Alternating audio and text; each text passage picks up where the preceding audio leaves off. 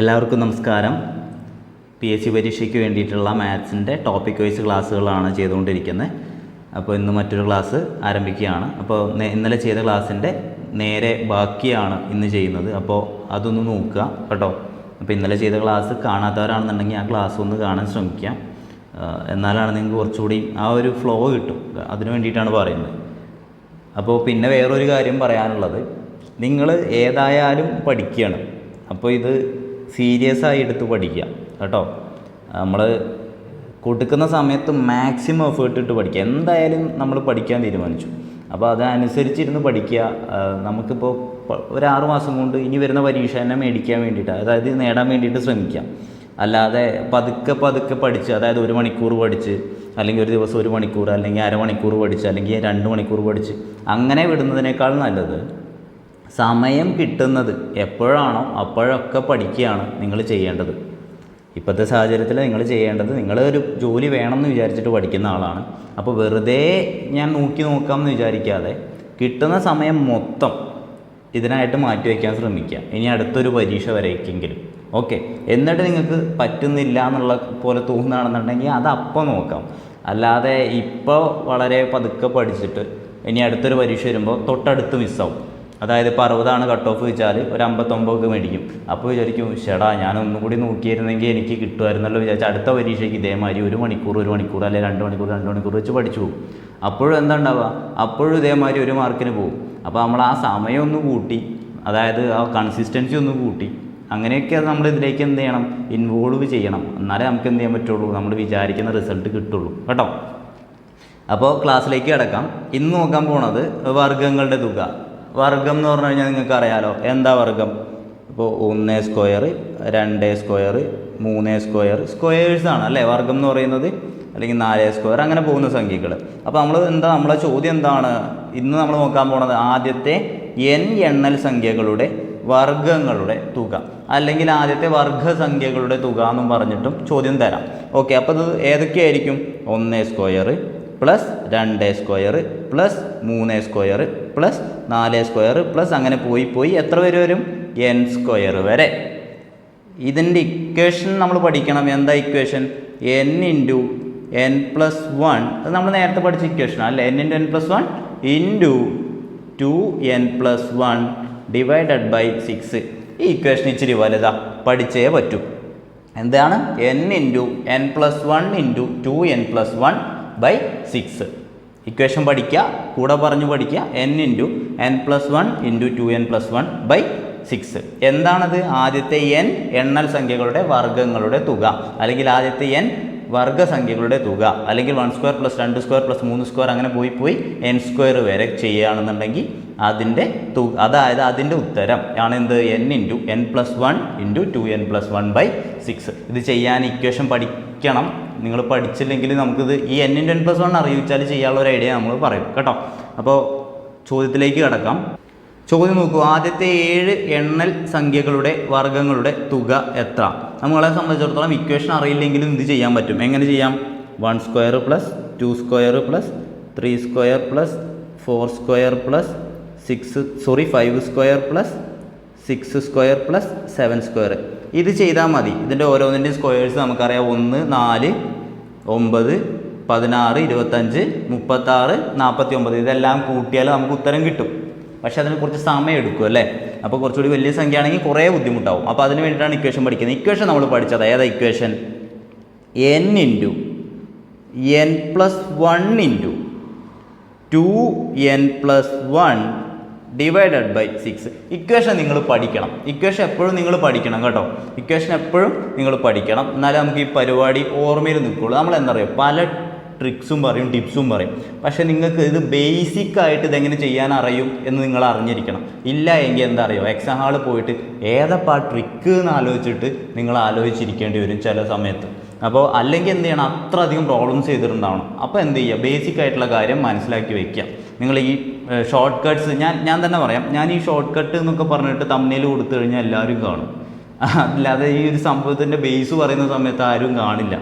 അപ്പോൾ നിങ്ങൾ ശരിക്കും കാണേണ്ടത് എൻ്റെ ക്ലാസ് എന്നല്ല, ആരുടെ ക്ലാസ് ആണെങ്കിലും ബേസ് ആയിട്ടുള്ള സാധനം എന്താ പറയണേ ആ സാധനം നിങ്ങൾ പഠിക്കുക. എന്നാലേ നമുക്ക് ഈ ഷോർട്ട് കട്ട് കൊണ്ടൊക്കെ കാര്യമുള്ളൂ. കേട്ടോ. അത് നിങ്ങൾ നോക്കുക. ഓക്കെ, കഥ മാത്രമായി പോയോ അല്ലേ. n × n+1 × 2n+1/6. എന്നിൻ്റെ വില എത്രയാണ്? n 7 അപ്പോൾ നമ്മൾ ഉത്തരം എഴുതുക എങ്ങനെയാണ്? 7 × 7 + 1 അല്ലേ, n+1 എത്രയാണ്? 8 × 2n+1. 2n+ എന്ന് പറഞ്ഞാൽ 1 എന്ന് പറഞ്ഞാൽ 2 × 7 14 + 1 15. അങ്ങനെയല്ലേ എഴുതുന്നത്. അപ്പോൾ നിങ്ങൾക്ക് ഞാനൊരു ചെറിയൊരു ഐഡിയ പറഞ്ഞുതരാം. എന്ത് ചെയ്യാമെന്നറിയോ? n × n+1 അറിയാലോ, 7 × 8 എന്ന് അറിയാലോ. ഇനി ഇത് രണ്ടും കൂട്ട്, 7 8 കൂട്ടിയാൽ എത്രയാണ്? 15 അല്ലേ, /6. ഇങ്ങനെ എഴുതിയാൽ മതി. അതായത് 2n+1 ചെയ്യുമ്പോൾ നമുക്കൊരു ചെറിയൊരു കൺഫ്യൂഷൻ വരും. 2 × n, അപ്പോൾ 2 × 7 എത്ര? 2 × 7 14, പിന്നെ +1 15. അങ്ങനെ പറയുന്നതിനെക്കാട്ടും നല്ല പെട്ടെന്ന് 7 + 8 15. അങ്ങനെ നിങ്ങൾ ഓർത്ത് വെച്ചാൽ മതി. അതെപ്പോഴും അങ്ങനെ തന്നെ ആയിരിക്കും. അടുത്ത പ്രോബ്ലം ചെയ്യുമ്പോൾ നിങ്ങൾക്ക് മനസ്സിലാവും. അപ്പോൾ ഇനി നമുക്കൊന്ന് വെട്ടി ചെറുതാക്കാം അല്ലേ.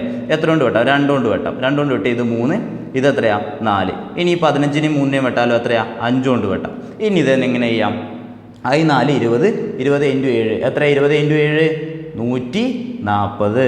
140 ആയിരിക്കും ആദ്യത്തെ 7 എണ്ണൽ സംഖ്യകളുടെ വർഗ്ഗങ്ങളുടെ തുക. ഇത് ഞാനൊരു തവണ പറയുന്നുള്ള അടുത്ത ചോദ്യം പറയുമ്പോൾ നിങ്ങൾക്ക് മനസ്സിലാവും കേട്ടോ. അടുത്ത ചോദ്യം നോക്കാം. ഇതേ ചോദ്യം നോക്കുക. ആദ്യത്തെ 10 എണ്ണൽ സംഖ്യകളുടെ വർഗ്ഗങ്ങളുടെ തുക. അപ്പോൾ എൻ്റെ വില എത്ര നിങ്ങൾക്കറിയാം. ഇക്വേഷൻ നിങ്ങൾ പറ.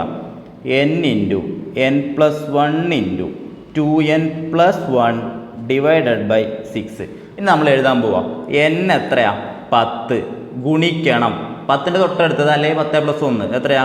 11 ഗുണിക്കണം 10ഉം 11ഉം കൂട്ടിയാൽ എത്രയാ? 21 /6. ഞാൻ ഈ ഇക്വേഷൻ പഠിക്കാൻ പറഞ്ഞത് മറക്കാതിരിക്കാൻ വേണ്ടിയിട്ടാണ്. ഈ ഒരു മെത്തേഡ് നിങ്ങൾ ഫോളോ ചെയ്താൽ മതി. എങ്ങനെ? നമ്മൾ n എത്രയാ? 10. 10ൻ്റെ തൊട്ടടുത്ത സംഖ്യ 11. ഇനി എന്ത് ചെയ്യുക? 10ഉം 11ഉം കൂട്ടുക. എത്രയാ? 10ഉം 11ഉം കൂട്ടിയാൽ 21 /6. ഇക്വേഷൻ പഠിച്ചോ, പക്ഷേ ഇങ്ങനെ ആകുമ്പോൾ പെട്ടെന്ന് തലയിൽ വന്നോളൂ. സ്പീഡ് കൂട്ടാൻ വേണ്ടിയിട്ടാണ് കേട്ടോ. അപ്പോൾ നമുക്കിത് വെട്ടി ചെറുതാക്കാൻ പറ്റുമോ നോക്കാം. 6 21 3 കൊണ്ട് വെട്ടാം അല്ലേ. അപ്പോൾ ഇവിടെ ഒരു 2 ഉണ്ട്, ഇവിടെ 3 കൊണ്ട് വെട്ടിയാൽ 3 7 21. അപ്പോൾ ഇനി 2ഉം 10ഉം വെട്ടാം. എത്രയാണ്? 2ഉം 10ഉം വെട്ടി 5 എന്ന് എഴുതി. ഇനി നമുക്കിത് ചെയ്ത് നോക്കാം അല്ലേ. 5 × 11 × 7 എത്രയാണ് കിട്ടുക? നമുക്ക് നോക്കാം. ഇത് സിമ്പിളായിട്ട് ചെയ്യാൻ വേണ്ടിയിട്ട് 7 5 35 ചെയ്തു. 7 5 35, 35 × 11. 35 × 11 എത്രയാണ്? 35. അതേമാതിരി എഴുതി 3 5ഉം കൂട്ടി എത്ര? 8. 385 ആദ്യത്തെ 10 എണ്ണൽ സംഖ്യകളുടെ വർഗ്ഗങ്ങളുടെ തുക. ഞാൻ ഈ 35 × 11 എങ്ങനെ ചെയ്തതെന്ന് നിങ്ങൾക്ക് അറിയാം അല്ലേ. ആദ്യം ആ 3ഉം 5ഉം അതേമാതിരി എഴുതി, നടുക്കൊരു ഗ്യാപ്പ് ഇട്ടു. എന്നിട്ട് എന്ത് ചെയ്തു? ഈ 3ഉം 5ഉം കൂട്ടി 8 385. 11 കൊണ്ട് ഗുണിക്കാനുള്ള ഷോർട്ട് കട്ട് അത് നിങ്ങൾക്ക് അറിയാമെന്ന് എനിക്കറിയാം അല്ലേ. അപ്പോൾ നമുക്ക് ഇതിൻ്റെ ഉത്തരം കിട്ടിയ എത്രയാണ്? 385 അല്ലേ. അതെന്താ? ആദ്യത്തെ 10 എണ്ണൽ സംഖ്യകളുടെ വർഗ്ഗങ്ങളുടെ തുകയാണ്. ചെയ്തത് എന്താണ്? 10 എണ്ണൽ സംഖ്യകളുടെ വർഗ്ഗങ്ങളുടെ തുകയാകുമ്പോൾ 10 n × n+1 11 × 2n+1 ആണ്. അതിന് പകരം നമ്മൾ എന്ത് ചെയ്യുന്നു? 10ഉം 11ഉം കൂട്ടി എത്രയാണ്? 21. ഇനിയിപ്പോൾ 2n+1 ആണെന്നുണ്ടെങ്കിൽ 2 × 10 20, 20 + 1 21. അത് തന്നെ കിട്ടുക കേട്ടോ. അപ്പോൾ കൺഫ്യൂഷൻ ഒന്നും ആവണ്ട. /6. ഇത് ചെയ്ത് കഴിഞ്ഞാൽ നമുക്ക് ഉത്തരം 385 എന്ന് കിട്ടും.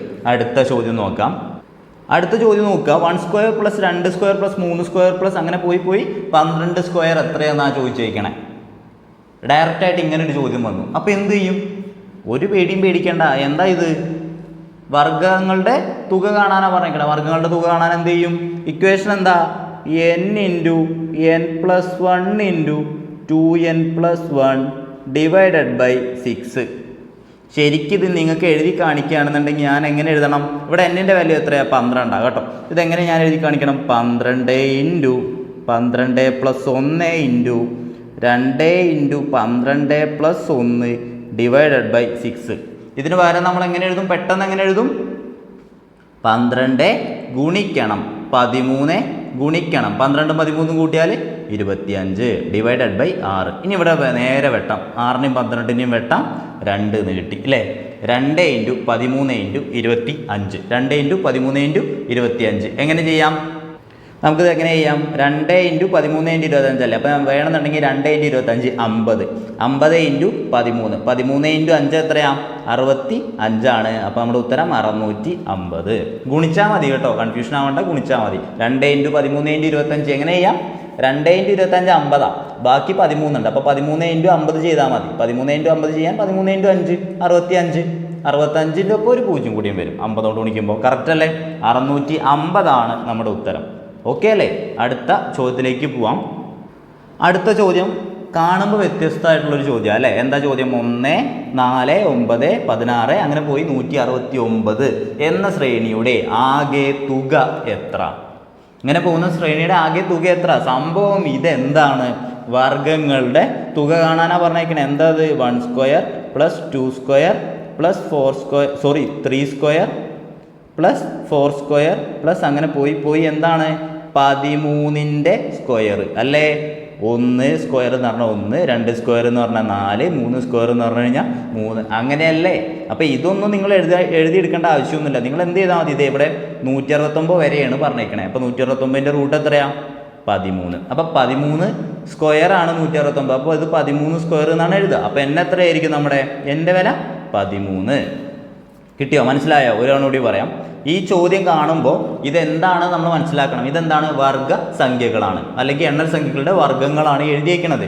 നമ്മളിപ്പോൾ സാധാരണ നമുക്ക് എന്ത് ചെയ്യാറുണ്ട്? 1 സ്ക്വയർ, 2 സ്ക്വയർ, 3 സ്ക്വയർ. നമ്മളോട് അടുത്ത പദം കണ്ടുപിടിക്കാനാണ് പറയുക അല്ലേ? ഇപ്പോൾ ഫോർ എക്സാമ്പിൾ ഞാൻ പറയാം. 1, 4, 9, 16 അടുത്ത പദം ഏത്? അങ്ങനത്തെ ചോദ്യങ്ങൾ കാണാറുണ്ട്. അടുത്ത പദം എന്തായിരിക്കും? 25 ആയിരിക്കും. പക്ഷേ ഇവിടെ ചോദിച്ചേക്കണം എന്താ? ഇതിൻ്റെ തുകയാണ് ചോദിച്ചേക്കണത് ഈ ശ്രേണിയുടെ. അപ്പോൾ ഈ ശ്രേണി എന്തിങ്ങനെയുള്ള ശ്രേണിയാണെന്ന് നമുക്കറിയാം. എന്താ? 1 square plus 2 square plus 3 square plus 4 square അങ്ങനെയാണ് പോണത്. അപ്പോൾ ഈ 169 എന്ന് പറഞ്ഞു കഴിഞ്ഞാൽ എത്ര സ്ക്വയറാണ്? 13 സ്ക്വയർ ആണ് 169. അപ്പോൾ നമ്മുടെ എന്നിൻ്റെ വില എത്രയാണ്? 13 ആണ്. അത് നിങ്ങൾ ആദ്യം മനസ്സിലാക്കണം. ഓക്കെ, ഇനി എന്ത് ചെയ്യണം? ഒന്നും ചെയ്യാനില്ല, ഇക്വേഷനിലേക്ക് ഇട്ടാൽ മതി അല്ലേ? n+n+1 × 2n+1 divided by 6. ഞാൻ ഇക്വേഷൻ പറയുന്നത് എന്താ വിചാരിച്ചാൽ ഇക്വേഷൻ പഠിക്കണം. ഇക്വേഷൻ പഠിച്ചിട്ട് നിങ്ങൾ എന്ത് വേണേൽ ചെയ്തോ കേട്ടോ. അപ്പോൾ ഇനി നമ്മൾ ഇത് ചെയ്യാൻ പോവാം. എങ്ങനെ ചെയ്യും? എന്നിൻ്റെ വില 13 ആണ്. 13 ഇൻറ്റു തൊട്ടടുത്തത് 13നോട് ഒന്ന് കൂട്ടി 14 ഇൻറ്റു 13ഉം 14ഉം കൂട്ടുക. എത്ര? 13ഉം 14ഉം 27 ഡിവൈഡഡ് ബൈ എത്രയാ? 6. ഈ പരിപാടിയാണ് നിങ്ങൾ എപ്പോഴും ചെയ്യേണ്ടത് കേട്ടോ. ഇനി ഇത് വെട്ടിച്ചെറുതാക്കുകയാണെന്നുണ്ടെങ്കിൽ നമുക്ക് ആദ്യം 2 കൊണ്ട് വെട്ടാം. 2 കൊണ്ട് വെട്ടി ഇവിടെ 3, ഇവിടെ 7 എന്ന് കിട്ടി. ഇനി ഇത് വെട്ടാം. 3 9 27, 3 9 27. അപ്പോൾ നമുക്ക് 13 ഇൻറ്റു 7 ഇൻറ്റു 9 എന്നുള്ളതായിട്ട് കിട്ടി. ഇത് ചെയ്ത് നോക്കിയാൽ നമ്മുടെ ഉത്തരമായി. എത്രയാ? ഇത് ചെയ്യാൻ 13 ഇൻറ്റു 7 എത്രയാ? 91 ആണ്. 91 ഇൻറ്റു 9 ഇൻറ്റു 9 എത്രയാ? 9 9 9 81. അപ്പോൾ നമ്മുടെ ഉത്തരം 819 എന്ന് കിട്ടും. എന്ത്?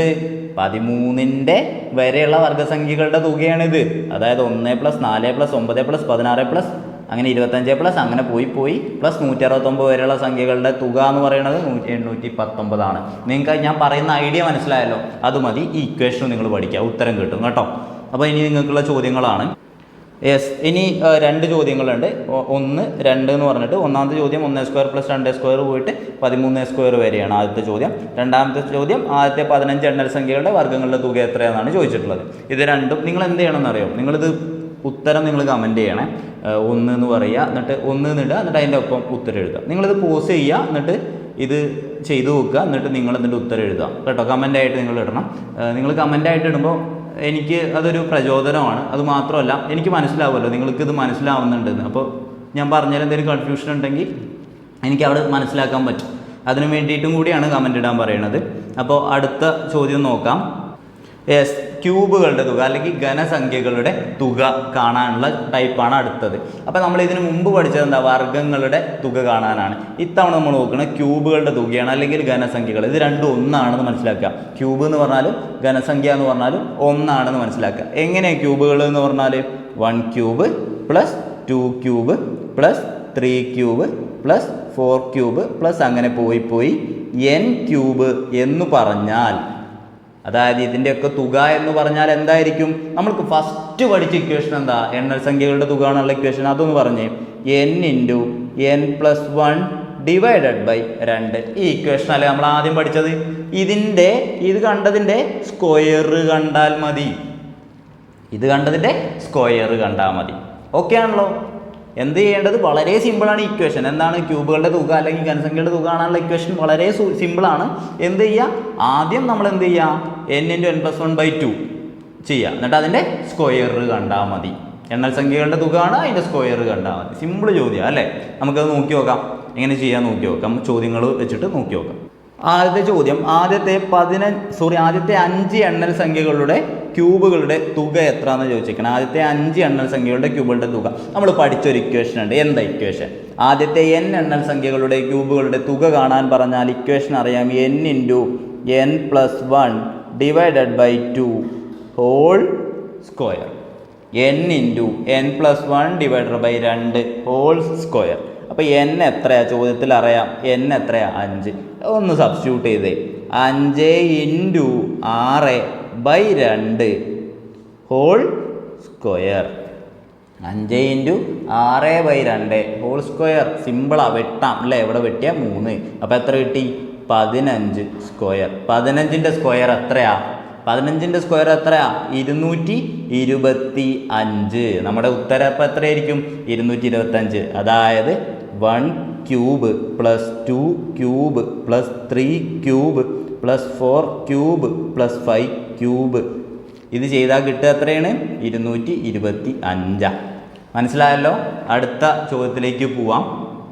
അടുത്ത ചോദ്യം, ആദ്യത്തെ 10 ഘനസംഖ്യകളുടെ തുക എത്ര? ആദ്യത്തെ 10 ഘനസംഖ്യകളുടെ തുക എത്ര? എങ്ങനെ ചെയ്യുന്നേ? n × n+1 divided by 2 whole power 2 അല്ലേ? അപ്പോൾ n എത്ര ഇവിടെ? 10. അപ്പോൾ നമ്മളിത് എങ്ങനെ ചെയ്യും? 10 × 11 divided by 2 whole to the power 2. എത്രയാ? ഈ 2ഉം 10ഉം വെട്ടി 5. 55ൻ്റെ സ്ക്വയർ നമ്മൾ കാണണം അല്ലേ? 55ൻ്റെ സ്ക്വയറൊക്കെ കാണാൻ നിങ്ങൾക്ക് സിമ്പിളായിട്ട് അറിയുമായിരിക്കും. 5 ലാസ്റ്റ് വരുന്ന സംഖ്യകളുടെ സ്ക്വയർ കാണാൻ നിങ്ങൾക്ക് സിമ്പിളായിട്ട് അറിയാമായിരിക്കും അല്ലേ? എങ്ങനെ ചെയ്യുക? 5ൻ്റെ സ്ക്വയർ എത്രയാ? 25. അത് ലാസ്റ്റ് എഴുതാം. ഇനി ഫസ്റ്റ് എന്ത് ചെയ്യുക? ഈ സംഖ്യ ഉണ്ടല്ലോ, ഫസ്റ്റുള്ള സംഖ്യ, അതിൻ്റെ തൊട്ട് മേലത്തെ സംഖ്യ ഏതാ? 6. ആ 5ഉം 6ഉം ഗുണിക്കുക. എത്രയാ? 6 5 30. അത് നേരെ എഴുതിയാൽ മതി. 3025. ഓക്കെ, മനസ്സിലായോ? ഇനിയിപ്പോൾ ഫോർ എക്സാമ്പിൾ 25ൻ്റെ പറയുകയാണെന്നുണ്ടെങ്കിൽ 25ൻ്റെ സ്ക്വയർ എങ്ങനെ കാണാം? 5ൻ്റെ സ്ക്വയർ 25. ഇനി ഫ്രണ്ടിൽ ആരെ എഴുതണം? ഈ 2 എഴുതില്ലേ? 2ഉം അതിൻ്റെ തൊട്ടടുത്ത സംഖ്യ അതാ 3. 2 3 6 625. അങ്ങനെ എടുക്കുക കേട്ടോ. പെട്ടെന്ന് സിമ്പിളായിട്ട് നിങ്ങൾക്ക് അറിയുന്ന മെത്തേഡാണ്. ഞാൻ ജസ്റ്റ് അതൊക്കെയാണ് ഇവിടെ അപ്ലൈ ചെയ്യേണ്ടതെന്ന് പറയാം. അപ്പോൾ 55 സ്ക്വയർ 3025 നമ്മുടെ ഉത്തരം എന്ന് പറയുന്നത്. ഇനി ഞാൻ ഇത്രയും ചെയ്യാതെ തന്നെ നിങ്ങൾക്ക് ഇതിൻ്റെ ഉത്തരം കണ്ടുപിടിക്കാൻ ഞാനൊരു മെത്തേഡ് പറഞ്ഞിട്ടുണ്ട്. എന്ത്? 10 എണ്ണൽ സംഖ്യകളുടെ തുക കാണാൻ ഞാൻ പറഞ്ഞിട്ടുണ്ട്. എങ്ങനെയാണ് കാണുക? 10 ആണോ എങ്കിൽ അതിൻ്റെ തുക എന്ന് പറയുന്നത് 10ൻ്റെ പകുതി 5. അത് 2 തവണ എഴുതിയാൽ മതി. ഇനിയിപ്പം 100 എണ്ണൽ സംഖ്യകളുടെ തുക കാണാനാണെന്നുണ്ടെങ്കിൽ 100 ആണെങ്കിൽ എന്ത് ചെയ്താൽ മതി? 100ൻ്റെ പകുതി 50. പിന്നെ ഒരു 50 എഴുതിയാൽ മതി. അതെങ്ങനെ? 10ൻ്റെ പവറിൽ വരുമ്പോൾ 10 സ്ക്വയർ 10 ക്യൂബ് 10 പവർ 4 അങ്ങനെ വരുന്ന സംഖ്യകളിൽ മാത്രമേ ഇത് അപ്ലൈ ചെയ്യാൻ പറ്റുള്ളൂ കേട്ടോ. അത് ഓർക്കണം. അപ്പോൾ എന്ത് ചെയ്യുക? നമുക്ക് നേരെ അറിയാം എന്ത്? 55 ഇതിൻ്റെ എണ്ണൽ സംഖ്യകളുടെ തുക എന്ന്. അപ്പോൾ 55 സ്ക്വയർ ഒന്ന് നേരെ ചെയ്താൽ മതി കേട്ടോ. നിങ്ങൾ അത്രയും ഷാർപ്പായി മാറുന്നുണ്ടെങ്കിൽ നിങ്ങൾ അങ്ങനെ ചെയ്യുക. അല്ലെങ്കിൽ ഇത് ഈ നോർമൽ മെത്തേഡ് ഫോളോ ചെയ്താലും നിങ്ങൾക്ക് കിട്ടും കേട്ടോ. അതിലൊന്നും പ്രശ്നമൊന്നുമില്ല. ഇക്വേഷൻ മറക്കരുത്. n × n+1 divided by 2 whole power 2. അടുത്ത ചോദ്യത്തിലേക്ക് പോവാം. നിങ്ങൾക്കുള്ള വർക്കാണ്. 1 cube plus 2 cube plus 3 cube plus അങ്ങനെ പോയി 7 ക്യൂബ് വരെ എത്രയാണെന്നുള്ളത് നിങ്ങൾ ഉത്തരം കമൻറ്റ് ചെയ്യുക. 3ാമത്തെ ചോദ്യമാണ്. 4ാമത്തെ ചോദ്യം, ആദ്യത്തെ 15 എണ്ണൽ സംഖ്യകളുടെ ക്യൂബുകളുടെ തുക എത്ര? ഈ ക്യൂബുകളുടെ തുക എന്ന് ചോദിക്കും, അല്ലെങ്കിൽ ഘനസംഖ്യകളുടെ തുക എത്ര എന്നുള്ള പോലെ ചോദ്യത്തിൽ വരാം കേട്ടോ. ക്യൂബ് എന്നല്ലെങ്കിൽ എന്ത് വരും?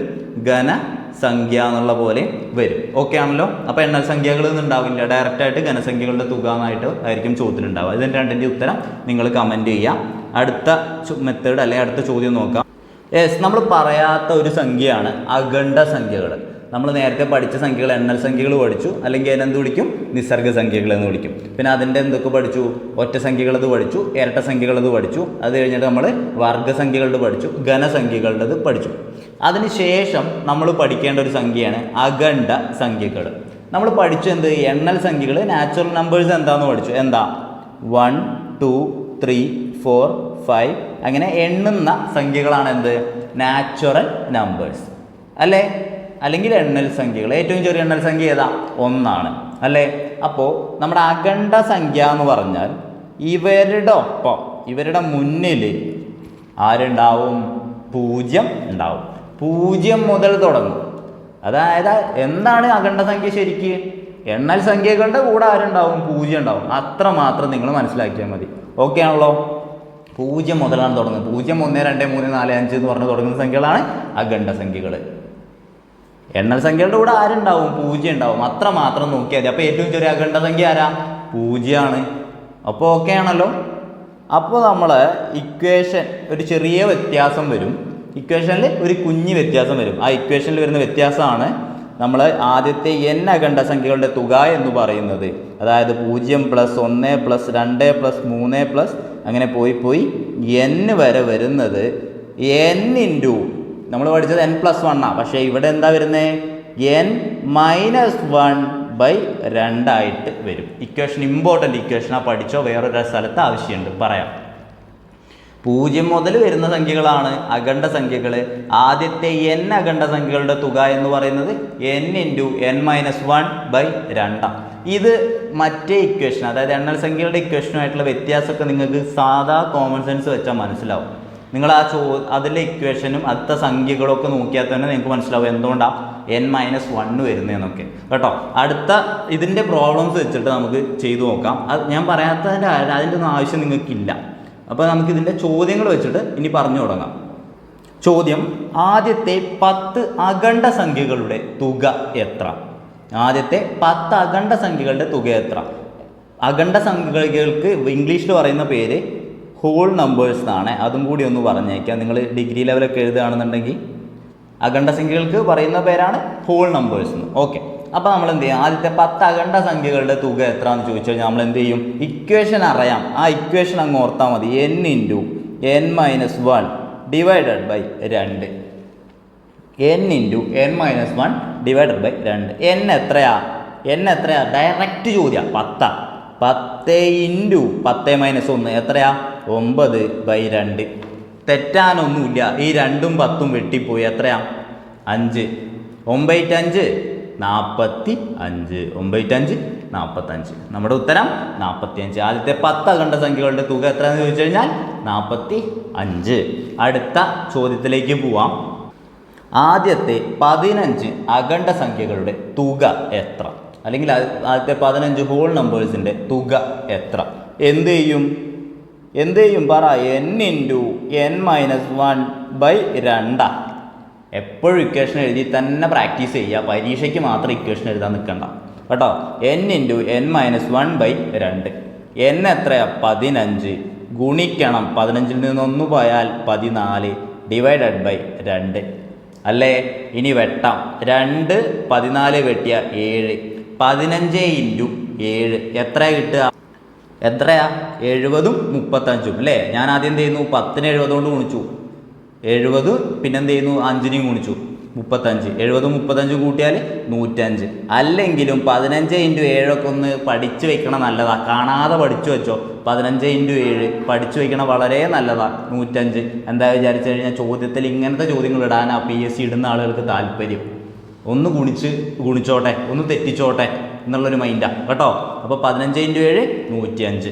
അപ്പോൾ നമ്മുടെ ഉത്തരം ആദ്യത്തെ 15 അഖണ്ഡ സംഖ്യകളുടെ തുക 105 ആണ്. കിട്ടിയല്ലോ? അപ്പോൾ ഇനി നിങ്ങൾക്കുള്ള വർക്ക് നോക്കാം. യെസ്, അഞ്ചാമത്തെ ചോദ്യം. ആദ്യത്തെ 20 അഖണ്ഡ സംഖ്യകളുടെ തുക എത്ര? പോസ് ചെയ്യുക, ഉത്തരം കണ്ടുപിടിക്കുക. ഒരു പേനയും പേപ്പറും എടുത്തിരിക്കണേ. ഞാൻ കുറേ ആയി പറയണു, ഒരു പേനയും പേപ്പറും കയ്യിലില്ലാതെ കണക്കിൻ്റെ ക്ലാസ് കാണാൻ നിൽക്കരുത്. ആദ്യത്തെ 25 അഖണ്ഡ സംഖ്യകളുടെ തുക എത്ര? ഡയറക്റ്റ് ചോദ്യമാണ്. രണ്ടും നിങ്ങൾ ഉത്തരം എഴുതാം. അടുത്ത ചോദ്യം നോക്കാം. അടുത്ത ചോദ്യം. ഈ ചോദ്യം ഞാൻ ഇവിടെ ഇടാനുള്ള പ്രധാന കാരണം ഈ ചോദ്യത്തിൻ്റെ ഇക്വേഷനാണ്. നമ്മളിപ്പോൾ ഹോൾ നമ്പേഴ്സ് പഠിച്ചല്ലോ, അല്ലെങ്കിൽ അഖണ്ഡ സംഖ്യകളെ പഠിച്ചല്ലോ. ഈ ചോദ്യം നോക്കാം. 50 ആളുകൾ ഒരു മീറ്റിങ്ങിൽ പങ്കെടുത്തു. 50 ആളുകൾ മൊത്തത്തിൽ ഒരു മീറ്റിങ്ങിൽ പങ്കെടുത്തു. അവരെല്ലാവരും ഹസ്തദാനം ചെയ്യുന്നു എങ്കിൽ ആകെ എത്ര ഹസ്തദാനം നടന്നിരിക്കും? ചോദ്യം എന്താണ്? 50 ആളുകൾ ഒരു മീറ്റിങ്ങിൽ പങ്കെടുത്തു. അവരെല്ലാവരും പരസ്പരം ഹസ്തദാനം ചെയ്യുന്നുവെങ്കിൽ ആകെ എത്ര ഹസ്തദാനം നടന്നിരിക്കും? ഇതും വേറൊരു ടൈപ്പ് ഉണ്ട്, ഒരു ടീം തന്നിട്ടുള്ളൊരു ടൈപ്പ് ഉണ്ട്. അതും ഇതും കൺഫ്യൂഷൻ ആവരുത് കേട്ടോ.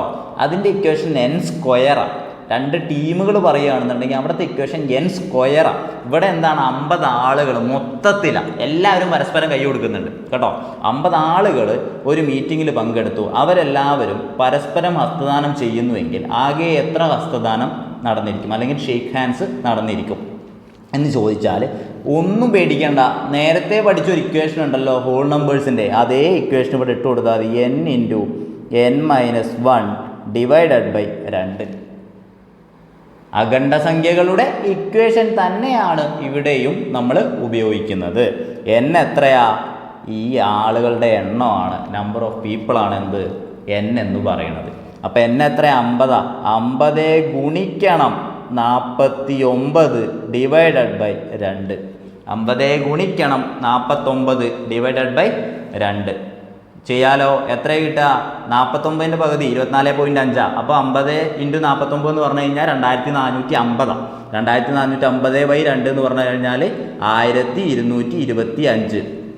1225. ഞാനിത് വെട്ടാതെ ചെയ്തതാണ്. വെട്ടിയിട്ട് ചെയ്യുന്നവർക്ക് 2 × 50 ബൈ 2 ചെയ്യാതെ 25, എന്നിട്ട് 25 × 49 ചെയ്താലും മതി. 1225 നമ്മുടെ ഉത്തരമായിട്ട് കിട്ടുന്നത്. സിമ്പിൾ ചോദ്യമാണ്, പക്ഷേ എന്ത് ചെയ്യണം? ഈ ഇക്വേഷൻ അറിഞ്ഞിരിക്കണം. ഈ ഇക്വേഷൻ എവിടെ ഉപയോഗിക്കുന്നുണ്ട്? അഖണ്ഡസംഖ്യകളിൽ ഉപയോഗിക്കുന്നുണ്ട്. ഇക്വേഷൻ എന്താ? n × n-1 by 2. അടുത്ത ചോദ്യം നോക്കാം. അടുത്ത ചോദ്യം, 12 ആളുകൾ ഒരു മീറ്റിങ്ങിൽ പങ്കെടുത്തു, അവരെല്ലാവരും പരസ്പരം ഹസ്തദാനം ചെയ്യുന്നുവെങ്കിൽ ആകെ എത്ര ഹസ്തദാനം നടന്നിരിക്കും? സെയിം ചോദ്യം അല്ലേ? എന്നിൻ്റെ വില തന്നിട്ടുണ്ട് 12. എങ്ങനെ ചെയ്യും? n × n-1 divided by 2. എങ്ങനെയാ? 12 × 11 ബൈ 2. വെട്ടാലോ? 2ഉം 12ഉം വെട്ടി 6. 6 × 11 66. 6 × 11 66. സിമ്പിൾ ചോദ്യം, ഇക്വേഷൻ മാത്രം പഠിച്ചാൽ മതി അല്ലേ? അടുത്ത ചോദ്യം നോക്കാം. ചോദ്യം, ഒരു ക്ലാസ്സിലെ 10 കുട്ടികൾ പരസ്പരം സമ്മാനപ്പൊതികൾ കൈമാറിയാൽ ആകെ സമ്മാനപ്പൊതികളുടെ എണ്ണം. ഇവിടെ ഹാൻഡ് ഷെയ്ക്ക് അല്ല, സമ്മാനപ്പൊതിയാണ്. നിങ്ങൾ ഒരാൾക്ക് ഹസ്തദാനം നൽകുമ്പോൾ, ഇപ്പോൾ ഇവിടെ ഒരാളുണ്ട്, ഹസ്തദാനത്തിന് കേസാണെങ്കിൽ ഇവിടെ ഒരാളുണ്ട്, ഇവർ രണ്ടുപേരും ഹസ്തദാനം നടക്കുമ്പോൾ, 2 പേര് ഹസ്തദാനം നടക്കുമ്പോൾ ഇവിടെ എത്ര ഹസ്തദാനം നടക്കുന്നുണ്ട്? ശരിക്കും ഒരൊറ്റ ഹസ്തദാനം മാത്രമേ നടക്കണുള്ളൂ. ഈ 2 ആളുകൾ പരസ്പരം കൈ കൊടുക്കുമ്പോൾ എന്താ ഉണ്ടാവണത്? അവിടെ ഒരേ ഒരു ഹസ്തദാനം ഉണ്ടാവണുള്ളൂ. മനസ്സിലാവുന്നുണ്ടോ? കോൺസെപ്റ്റ് മനസ്സിലാവുന്നുണ്ടോ? ഇപ്പോൾ ഫോർ എക്സാമ്പിൾ ഇവിടെ 3 ആളുകളുണ്ട്. ഈ 3 ആളുകളുണ്ട്. ഇയാളും ഹസ്തദാനം കൊടുത്തപ്പോൾ ഒരു ഹസ്തദാനം, ഇയാളും ഹസ്തദാനം കൊടുക്കുമ്പോൾ ഒരു ഹസ്തദാനം, ഇയാളും ഹസ്തദാനം കൊടുക്കുമ്പോൾ ഒരു ഹസ്തദാനം മാത്രമേ അവിടെ ഉണ്ടാവണുള്ളൂ. നിങ്ങളത് മനസ്സിലാക്കണം. പക്ഷേ നിങ്ങൾ ഒരാൾ വേറൊരാൾക്ക് ഗിഫ്റ്റ് കൊടുക്കുന്നുണ്ട്, അയാൾ നിങ്ങൾക്ക് തിരിച്ചും ഗിഫ്റ്റ് തരുന്നുണ്ട്. അപ്പോൾ എത്ര സമ്മാനപ്പൊതികൾ അവിടെ ഉണ്ടാവും? 2 എണ്ണം ഉണ്ടാവും. അത് നിങ്ങളൊന്ന് മനസ്സിലാക്കണം. അത് മനസ്സിലാക്കിയില്ലേലും കുഴപ്പമില്ല, നിങ്ങൾ ഞാൻ പറയാൻ പോണ ഇക്വേഷൻ ഒന്ന് പഠിച്ചാൽ മതി. ഓക്കെ, ഇനിയിപ്പോൾ കൺഫ്യൂഷൻ വരാതിരിക്കാനാണ് ഈ സാധനം ഞാൻ പറഞ്ഞത്. അപ്പോൾ ഇനി ഇക്വേഷൻ കൺഫ്യൂഷൻ വരുന്നുണ്ടെങ്കിൽ അത് ഒഴിവാക്കിയേ കേട്ടോ. നിങ്ങൾ ഞാൻ പറയുന്ന ഇക്വേഷൻ മാത്രം ഒന്ന് പഠിക്കുക. എന്താണ്? ഒരു ക്ലാസ്സിലെ 10 കുട്ടികൾ പരസ്പരം സമ്മാനപ്പൊതികൾ, എന്താണ് സമ്മാനപ്പൊതികൾ? അപ്പോൾ അതിന് നമുക്ക് എങ്ങനെ പറയാം? ഒരു ക്ലാസ്സിലെ n കുട്ടികൾ ഓരോരുത്തരും മറ്റു കുട്ടികൾക്ക് സമ്മാനപ്പൊതികൾ കൈമാറിയാൽ ആകെ സമ്മാനപ്പൊതികളുടെ എണ്ണം എത്ര എന്നാണ് ചോദിക്കുക. അപ്പോൾ n സമ്മാനപ്പൊതികളാണ്, n കുട്ടികളാണ്. കുട്ടികളുടെ എണ്ണം n ആയിട്ട് എടുക്കുകയാണെന്നുണ്ടെങ്കിൽ നമ്മുടെ ഇക്വേഷൻ എന്ന് പറയുന്നത്, നേരത്തെ ഒരു ഇക്വേഷൻ പഠിച്ചിട്ടുണ്ടല്ലോ, എന്താ? n × n-1 ബൈ 2 ഇല്ലേ? അതിൽ ആ ബൈ 2 അങ്ങ് ഒഴിവാക്കിയാൽ മതി. അതിനാണ് ഞാൻ നേരത്തെ കുറച്ച് കഥ പറഞ്ഞത്. n × n-1 ആയിരിക്കും സമ്മാനപ്പൊതികളുടെ എണ്ണം എന്ന് പറയണത്. n × n-1 ആയിരിക്കും എന്ത്? സമ്മാനപ്പൊതികളുടെ എണ്ണം എന്ന് പറയുന്നത്. ചെയ്തു നോക്കാലോ. 10 ഗുണിക്കണം 9. 10 × 9 എത്രയാ? 90. സമ്മാനപ്പൊതികളുടെ എണ്ണം എത്രയായിരിക്കും? 90 സമ്മാനപ്പൊതികൾ ആ ക്ലാസ്സിൽ പരസ്പരം നൽകപ്പെടുന്നുണ്ട്. ഓക്കെ, അടുത്ത ചോദ്യം നോക്കാം. അടുത്ത ചോദ്യം, ഒരു ക്ലാസ്സിലെ 15 കുട്ടികൾ പരസ്പരം സമ്മാനപ്പൊതികൾ കൈമാറിയാൽ ആകെ സമ്മാനപ്പൊതികളുടെ എണ്ണം എത്ര? ഡയറക്റ്റ് ചോദ്യമാണ് അല്ലേ? n എത്രയാണെന്ന് ഡയറക്റ്റ് ആയിട്ട് തന്നിട്ടുണ്ട്. 15. നമ്മുടെ ഇക്വേഷൻ എന്താ? n × n-1 ആണ്.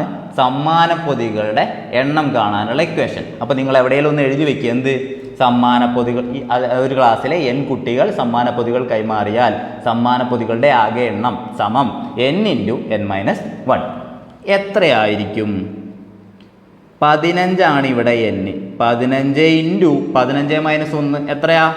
14. 15 × 14 എത്രയാ? നിങ്ങൾക്കറിയാം, എത്രയാ? 210. 15 × 14 210. ഉത്തരമായല്ലോ. അപ്പോൾ ഇനി നിങ്ങൾക്കുള്ള ഒരു 2 വർക്കും കൂടി തന്നിട്ട് നമുക്ക് നോക്കാം.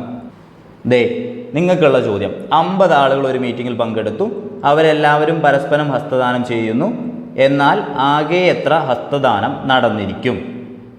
സോറി, 50 എന്നുള്ള വേണ്ട, 15 എന്ന് എഴുതിയാൽ 15. ഈ 50ൻ്റെ ചോദ്യം നമ്മൾ ചെയ്തത് അത് റിപ്പീറ്റഡ് വന്ന ചോദ്യം ആയതുകൊണ്ടാണ് അതിന് ഇമ്പോർട്ടൻസ് കൊടുത്ത് എഴുതിയത്. പക്ഷേ അത് വേണ്ട, നമുക്ക് എന്താ, 15 ആളുകൾ ഒരു മീറ്റിങ്ങിൽ പങ്കെടുത്തു, അവരെല്ലാവരും പരസ്പരം ഹസ്തദാനം ചെയ്യുന്നുവെങ്കിൽ ആകെ എത്ര ഹസ്തദാനം നടന്നിരിക്കും? അതുപോലെ ഒരു ക്ലാസ്സിലെ 20 കുട്ടികൾ പരസ്പരം സമ്മാനപ്പൊതികൾ കൈമാറിയാൽ ആകെ സമ്മാനപ്പൊതികളുടെ എണ്ണം എത്ര? ഈ 2 ചോദ്യങ്ങൾ ചെയ്യുക. 7ാമത്തെ ചോദ്യത്തിൻ്റെ ഉത്തരം എഴുതുക, 8ാമത്തെ ചോദ്യത്തിൻ്റെ ഉത്തരം നിങ്ങൾ കമൻ്റായിട്ട് എഴുതാം. കഴിഞ്ഞ ക്ലാസ്സിൽ 2 പേര് മൊത്തം ചോദ്യങ്ങളുടെ ഉത്തരം കറക്റ്റായിട്ട് 2 പേരാണ് തോന്നുന്നു, 2 പേര് കറക്റ്റായിട്ട് ചെയ്തിട്ടുണ്ടായിരുന്നു. വളരെ സന്തോഷം, നിങ്ങൾ കറക്റ്റായിട്ട് ചെയ്യുന്നതിൽ. നിങ്ങൾ കമൻറ്റ് ഇട്ടാലും വളരെ സന്തോഷം കേട്ടോ. അപ്പോൾ ഇത്രയാണ് പറയാനുള്ളത്. അപ്പോൾ ഇത്രയും ചോദ്യങ്ങളായിരുന്നു നമ്മൾ ഈ ക്ലാസ്സിൽ ഉൾപ്പെടുത്തിയിട്ടുള്ളത്. ഇപ്പോൾ ഇതിൻ്റെ മോഡൽ ക്വസ്റ്റ്യൻസ് നിങ്ങൾക്ക് ഇഷ്ടം പോലെ കിട്ടും. നിങ്ങളെ പ്രീവിയസിൽ നടന്ന ചോദ്യങ്ങളിലൊക്കെ ഉണ്ട്, ഇഷ്ടം പോലെ ചോദ്യങ്ങൾ ഉണ്ടാക്കും, നോക്കിയാൽ മതി. ഇതൊക്കെ നിങ്ങൾക്ക് ഇനി ചെയ്യാൻ പറ്റും തന്നെയാണ് എനിക്ക് പറയാനുള്ളത്. അപ്പോൾ ഏകദേശം നമ്മൾ ഈ ടോപ്പിക്ക് കവർ ചെയ്തിരിക്കുകയാണ്. ഇനി ഇതിൽ അല്ല പറയാനുള്ളത്, ഇനിയിപ്പോൾ ഇതുമായിട്ട് ബന്ധപ്പെടുത്തിയിട്ട് വേറെ കുറച്ച് ടോപ്പിക്കുകളിലാണ് പറയാനുള്ളത്. അപ്പോൾ അതിൻ്റെ താഴെ നമുക്ക് എന്ത് ചെയ്യാം, അത് ഉൾപ്പെടുത്താം കേട്ടോ. അല്ലാതെ ഇനിയിപ്പോൾ ഇതിലധികം പറയാനൊന്നുമില്ല. അപ്പോൾ നിങ്ങൾക്ക് ഏകദേശം ഞാൻ സംഖ്യകൾ എന്നുള്ള ഭാഗത്തു നിന്ന് ക്ലിയർ ചെയ്തിട്ടുണ്ട്. അതിൻ്റെ കുറച്ച് തിയറി പാർട്സ് ആണ്. അത് നമുക്ക് വേണമെന്നുണ്ടെങ്കിൽ ഒരു നോട്ട്സ് മാതിരി പ്രിപ്പയർ ചെയ്തിട്ട് നിങ്ങൾക്ക് തരാം കേട്ടോ. അല്ലെങ്കിൽ നമ്മൾ ഏതെങ്കിലും ലൈവ് സെഷൻസ് വെക്കുമ്പോൾ അതിൽ പറയാവുന്നതാണ്. അപ്പോൾ ഇത്രയാണ് ഇന്നത്തെ ക്ലാസ്സിൽ പറയാനുള്ളത്. എല്ലാവരും നന്നായിട്ട് പഠിക്കുക കേട്ടോ. നന്നായിട്ട് പഠിച്ച് നിങ്ങൾക്ക് എല്ലാവർക്കും നല്ല ജോലി കിട്ടി കാണട്ടെ. അപ്പോൾ നിങ്ങൾ നമ്മളെയൊക്കെ ഒന്ന് ഓർക്കുക ആ സമയത്ത്. അപ്പോൾ എല്ലാവർക്കും നന്ദി, താങ്ക് യു.